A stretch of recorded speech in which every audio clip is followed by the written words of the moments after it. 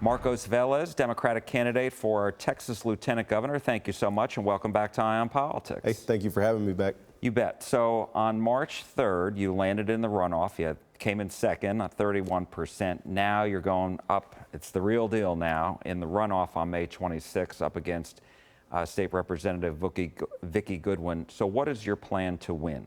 Sure. So look, I think when you look at the primary, we had a very short amount of time to build support for the campaign. And so we campaigned really hard in areas where Democrats have been unsuccessful. Now we've expanded our focus and we're spending more time in the big cities, Houston, Dallas, San Antonio, but obviously not forgetting the RGV and the Panhandle.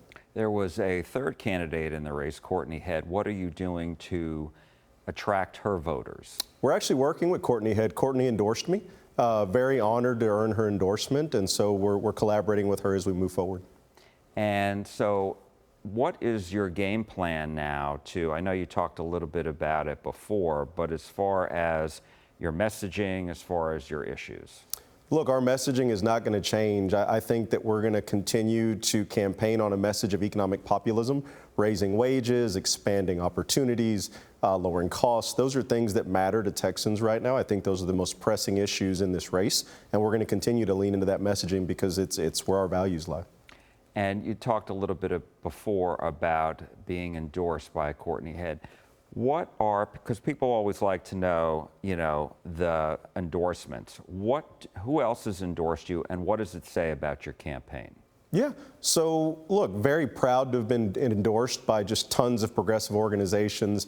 I don't want to list them off because I wouldn't want to offend anybody. It's hard to keep track of them all. But look, we've been endorsed by labor organizations. We've been endorsed by organizations that represent the LGBTQ plus community. We've been endorsed by candidates like Colin Allred. And so I think it says that we're building a powerful grassroots campaign that is attracting the interest of everyday working people who are tired of establishment politicians, but we're also endorsed and earning the respect of candidates that have progressive values because they understand that a campaign like ours is one that benefits working people. What are your biggest contrasts with Representative Goodwin?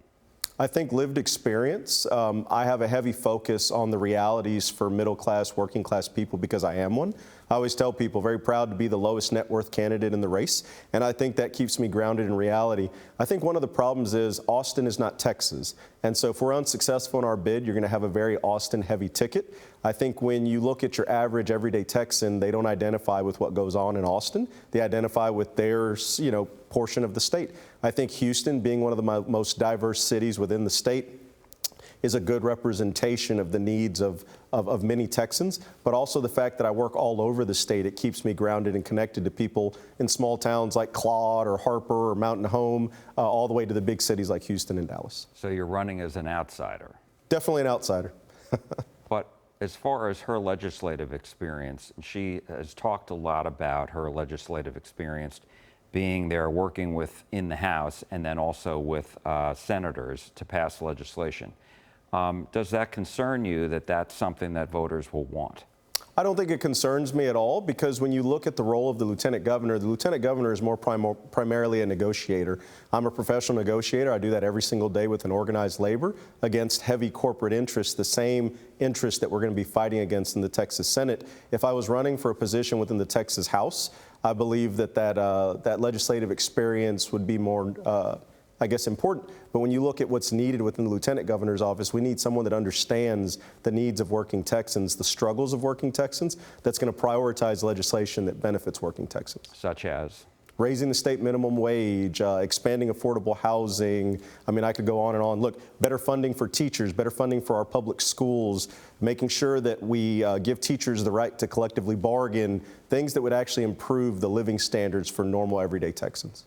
And so you listed a whole bunch of topics, but I'm wondering if you had to choose your top 2 or 3 priorities, what are they? My number one priority is always going to be raising the state minimum wage. Even if you don't make minimum wage, your employer keeps a certain gap between what you earn and what the minimum wage is. And so a rising tide lifts all boats. If we can raise wages, that'll combat some of these soaring costs.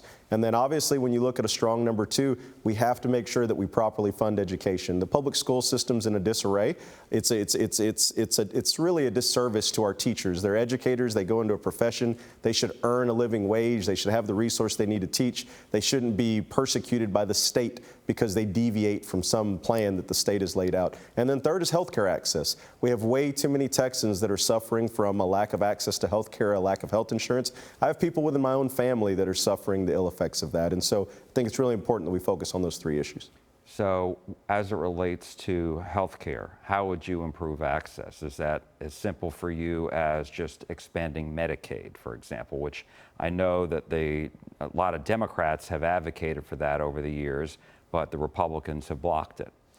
So that is a quick first step that we could take. I believe that we have enough revenue and enough resources in the state of Texas to come up with our own plan here within the state. But Medicaid expansion is quick, it's easy, and it gets the job done. And I think that's something that even Republicans are warming to. When you look at a lot of conservative voters, especially in rural Texas where hospitals are being shut down and they have a lack of health care access, they're starting to understand the importance of health care. It's not just a political talking point, it's a reality.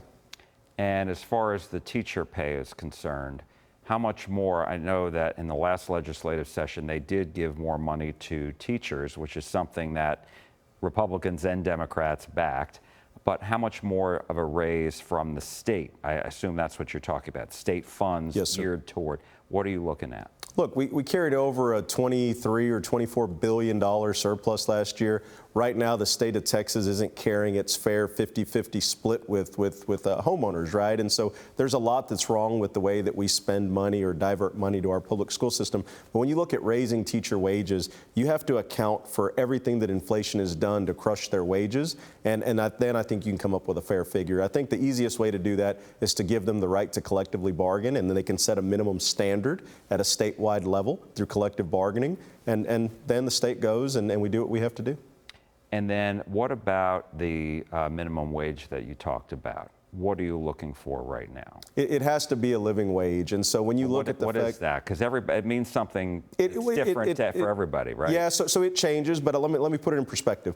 Someone making minimum wage right now doesn't even make enough money to cover the cost of a one-bedroom apartment in one of these major cities. They're in a deficit. So when you look at the fact that someone making minimum wage can't even cover an apartment, how can they cover food? How can they cover health care? And so, look, whatever a living wage is, that should be the minimum wage. Someone working 40 hours a week should be able to afford to feed themselves, to house themselves, to clothe themselves, and they should have a little bit of money left over so that they can enjoy a simple fast food meal if they want one. And until we get to a point where we're doing that, our minimum wage is not meeting its goal. So if you are to win the Democratic Party nomination, you go up against Lieutenant Governor Dan Patrick. He's obviously very well funded, has a big campaign war chest. So how are you going to be able to win in the fall if you are the nominee? So I think that's one of the misnomers within the Democratic Party, and it's one of the reasons why Democrats have done so poorly for the last 30 years. If you try to go dollar for dollar with the Republican Party, you're never going to win. They're funded by corporate interest.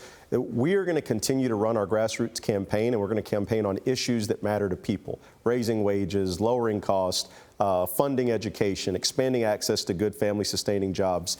Those are things that matter, and they change people's reality. People can't pay bills with campaign promises, but they can pay bills with a higher wage. They can pay bills with expanded working opportunities. And so, look, we ran a campaign that was very lean in the beginning. If you look dollar per vote, we were very good stewards of our campaign donations. We're going to continue to do that, and we're going to be able to competitively run against Dan Patrick no matter what our budget is. But you still need money to spread your message. We do.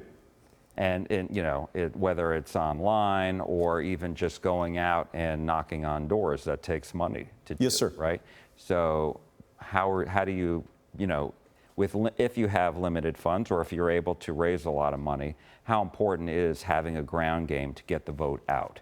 Yeah, so look, and we definitely have a strong ground game. I mean, look, we have more volunteers than we know what to do with right now. I mean, we're obviously keeping them busy, but people are showing up every single day. Look, through phone banking, through traveling the state, through knocking on doors, through attending events. We're going to continue to spread our message, and we're going to continue to focus on a message of economic populism. And look, Dan Patrick can keep doing whatever it is he's doing. It's not anything that's benefiting working class people.